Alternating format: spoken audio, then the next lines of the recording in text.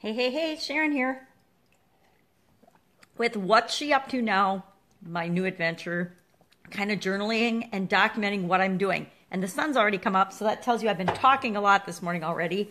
And I've moved things around, and the lighting really sucks here, so I apologize for that. I'll figure something else out tomorrow, but it doesn't really matter. It's not about the lighting, it's about what am I sharing? What am I learning? What's working? What's not working?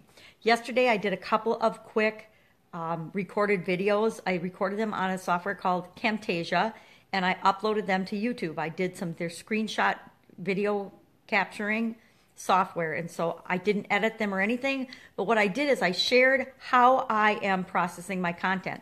So I make a Facebook Live video like this.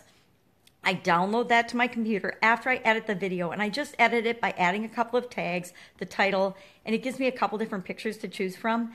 And sometimes the pictures are horrendous, and they're mostly pretty boring because they're just like a screenshot of me sitting here talking. But I try to pick some of them that are like weird faces or funny hands or some that look a little animated and that there's motion going on in them. So it's not just me sitting in a chair talking, because who the heck wants to watch or listen to that? Nobody. So that's what I'll edit on that. Then I download it to YouTube, or I download it to my hard drive. I upload it to YouTube, and then from YouTube, I share that with different social media platforms.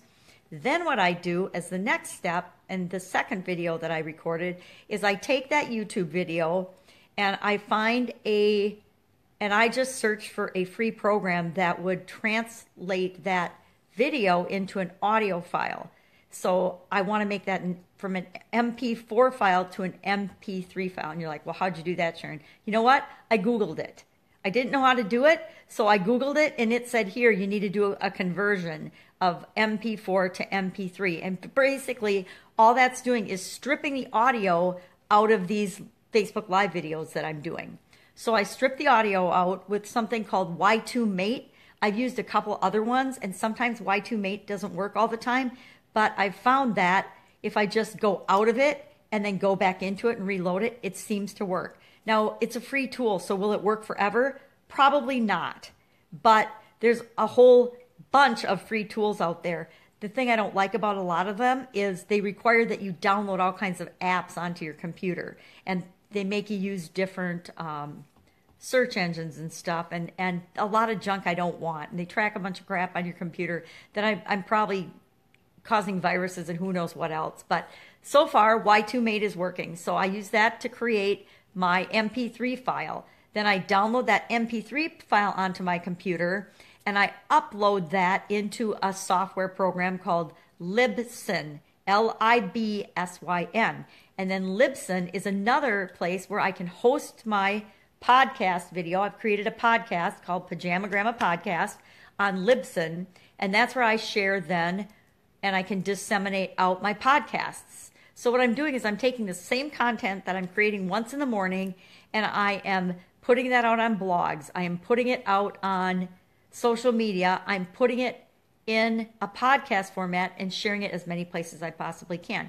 And since I've found ways to really streamline that process, I wanted to make a couple quick videos yesterday. I've been wanting to do it for a long time, but I'm glad I didn't, because they changed the way you edit your Facebook video, your Facebook Lives, just a couple days ago. So now I've actually captured the new version. And guess what? It's going to change again. So if somebody's watching these down the road, the process might be slightly different. The interface on Facebook Live editing might look slightly different because, like I said, it just changed 2 days ago. So I guarantee it's going to change again. And everything that we do and share is always changing, which is why I like to keep going and keep updating things.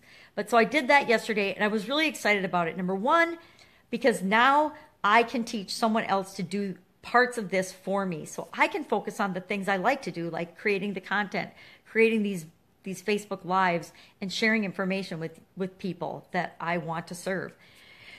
Then today, I just committed on one of my Facebook Lives, my daily scare share, that I will do a Facebook Live version of a web class I'm doing, a webinar I'm preparing. I will go live, and I will do that today. I will figure that out, and I will do that today. I did make one Sunday a couple days ago, and I recorded it and I put it up on YouTube, and I'm getting feedback from a core group of people on that, because I need to go from one-on-one working with people to helping more people.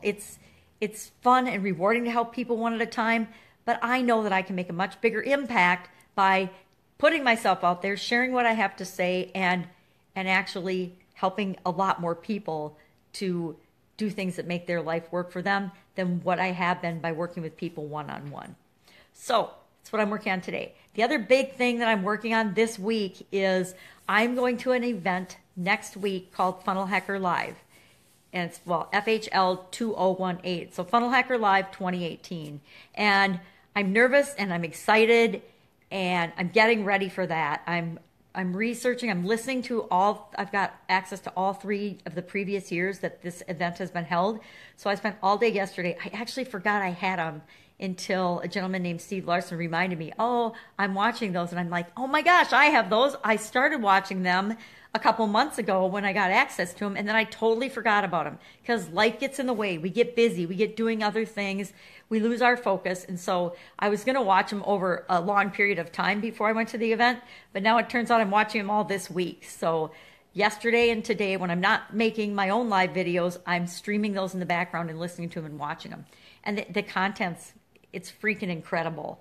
And it's just gold nuggets here, gold nuggets there that I can use to make me more effective and make me a better leader and make me have the skills and abilities that I need to get my message out and serve more people, because that's what I'm here for.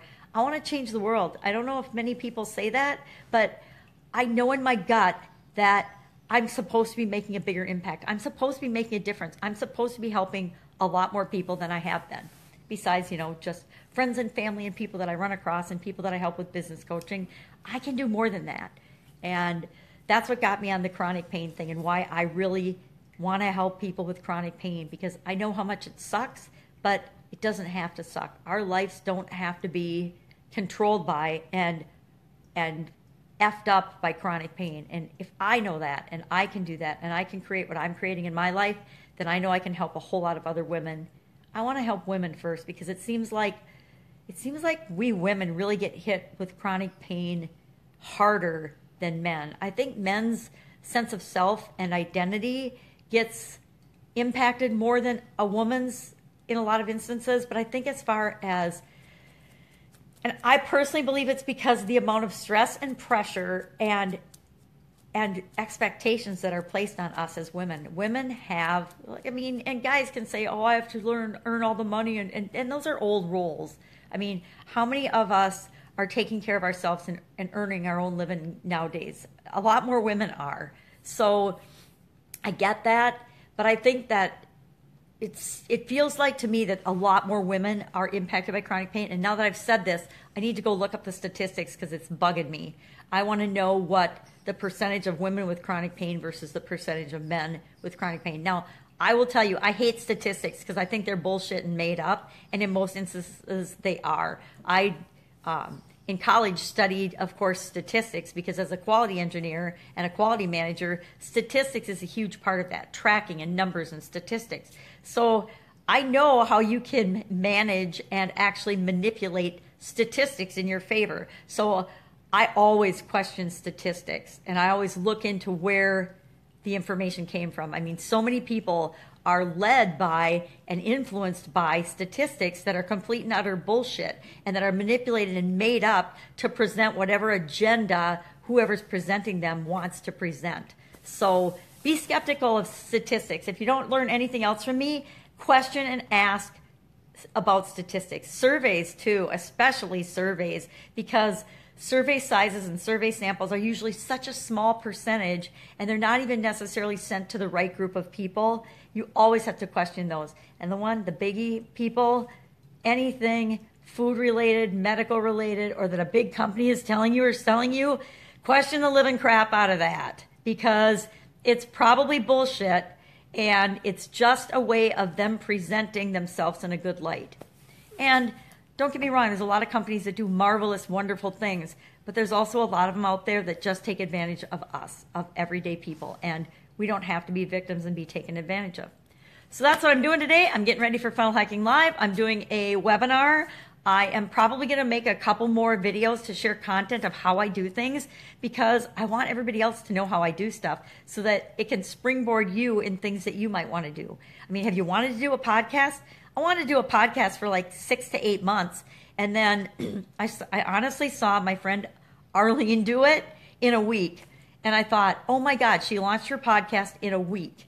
And I thought, I've been sitting here thinking about doing a podcast for at least 6 months. You guys, I had hundreds of Facebook Lives that I've already done and I haven't really done anything with. And I'm like, oh my goodness, if I can figure out how to turn these into MP3s, I've already got a huge podcast ready to go. So I actually launched it the day I saw that she launched hers in a week. I launched mine. I launched Pajama Grandma Podcast in one day because I'm like, I'm going to figure this out. And I did. So do you want to launch a podcast? Do you want to blog? Do you want to share content and information in any way, shape, or form? Pick a social media platform and just start sharing on it. Pick a media that you want to participate in and just start doing it. You're going to suck at first. I still suck, and I've done hundreds of them. And I'm okay with that because I know that as I talk and as I practice and as I do things, I'm going to get better. And pretty soon, I'll be amazing at some of this stuff, and I'll look back on these things and I will just laugh, and I'll wonder, what was I so scared of? What took me 8 months to launch a podcast? Fear, made up fear, believing I couldn't do it, believing I wasn't good enough, believing I didn't have anything to say. How many of us have those fears, those worries, those doubts? Okay, like all of us, the whole population, until we do it. So get up, go do something today to move you toward what you want. And of course, I'll be reporting back tomorrow and letting you know what I'm working on, what worked today, what didn't. I'm actually trying to throw together a funnel or a website for Funnel Hacker Live. And it's been the hardest one I've had to do. I mean, it's so ridiculous because it's the simplest funnel, but I'm struggling with the graphics. I'm struggling with the design. I'm struggling with everything because it's for me and it's for my brand. It's so much easier to create things for other people's business. I didn't realize until I sat down to get this ready how true that is. It's really easy to take somebody else's brand and somebody else's, graphics and artwork and verbiage and put that into a website and a funnel and a business sales process that you can automate and work for them than it is to do my own. So that's what I'm working on this week. Go out, make it an awesome day, and I will see you tomorrow. Bye.